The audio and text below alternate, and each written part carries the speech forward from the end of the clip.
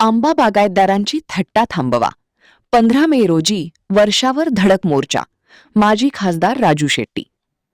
आंबा आणि काजू उत्पादक शेतकऱ्यांसाठी सरकारने जाहीर केलेली मदत अपुरी असून ही शेतकऱ्यांची थट्टा असल्याचा आरोप स्वाभिमानी शेतकरी संघटनेचे अध्यक्ष तथा माजी खासदार राजू शेट्टी यांनी केला आहे.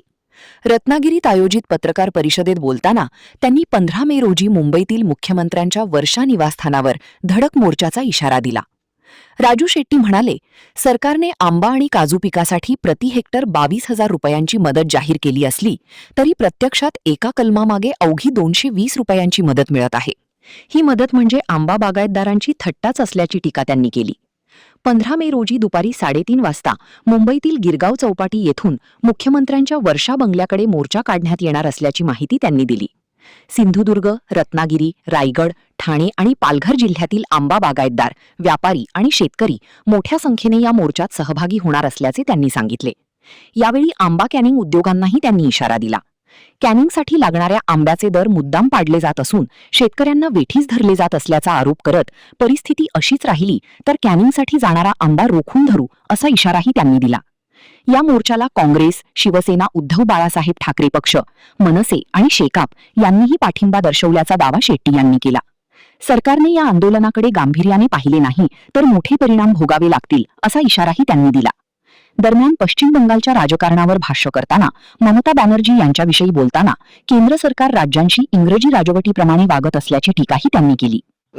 नेत्यांना सांगितलेलं आहे की एकदा आपण बसू, प्रश्न समजावून घेऊ आणि महाराष्ट्रामध्ये आता स्थिती अशी आहे की सगळ्याच वेगवेगळ्या घटकांनी एकत्रित येऊन लढलं तरच काहीतरी आपलं अस्तित्व टिकेल, नाहीतर फार वाईट अवस्था होईल. सध्या दोन मोठे उद्योगपती आणि त्यांच्या हितासाठीच किंवा त्यांच्या बगलबच्च्यांच्या हितासाठीच सगळी धोरणं राबवायची चालू आहे. सामान्य माणसाला आवाज राहिलेला नाही. अशा परिस्थितीमध्ये आपण छोटे छोटे घटक जे आहेत, मग तो दूध उत्पादक शेतकरी असेल, आंबा उत्पादक शेतकरी असेल, काजू उत्पादक शेतकरी असेल, पारंपरिक मच्छीमारी करणारा मच्छीमार असेल, जमिनी शेतकऱ्यांच्या ताब्यात राहिना झाल्यात, हे सारे प्रश्न घेऊन एकत्रितरित्या एका छत्राखाली आपल्याला कुठेतरी लढा उभा करावा लागेल. भूमिपुत्रांचा लढा म्हणून लढा उभा करावा लागेल. त्या संदर्भात त्यांच्याबरोबरही आमच्या चर्चा चालू आहेत. लवकरच त्याचं मूर्त स्वरूप त्याला येईल. तुमचा मुद्दा दुसरा होता की याच्यानंतर तुम्ही केवळ रस्त्यावरचीच लढाई लढणार आहात का, तर नाही. याच्यानंतर आम्ही असं करणार आहोत. गेली 25 वर्षे मी वर्षाला ऑक्टोबर महिन्यामध्ये एक मोठी ऊस परिषद घेतो. लाखो शेतकरी त्या ठिकाणी जमतात. मागच्या सीझनचा आढावा आणि पुढच्या सीझनमध्ये काय होण्याची शक्यता आहे आणि आपल्याला शेतकऱ्याला काय केलं पाहिजे, ऊसाचं क्षेत्र किती आहे, पीक पाणी कसं आहे, मग पीक जास्त असेल तर मग सरकारनं काय केलं पाहिजे, साखर किती निर्यात केली पाहिजे, इथेनॉलचं उत्पादन कसं वाढवलं पाहिजे, या संदर्भातल्या आमच्या काही मागण्या का ठराव एक दस्तावेज आम्ही तयार करतो आणि शासनाकडे त्याचा पाठपुरावा करतो.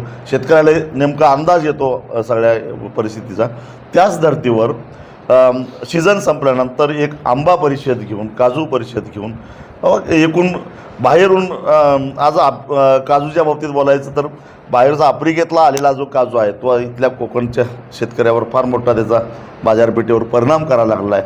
त्यामुळे त्याच्यावर आयात कर लावणं कसं गरजेचं आहे आणि तो आयात कर लावल्याशिवाय आपल्या इथल्या काजूला चांगला भाव मिळणार नाही. तीच परिस्थिती आंब्याच्या बाबतीत आहे.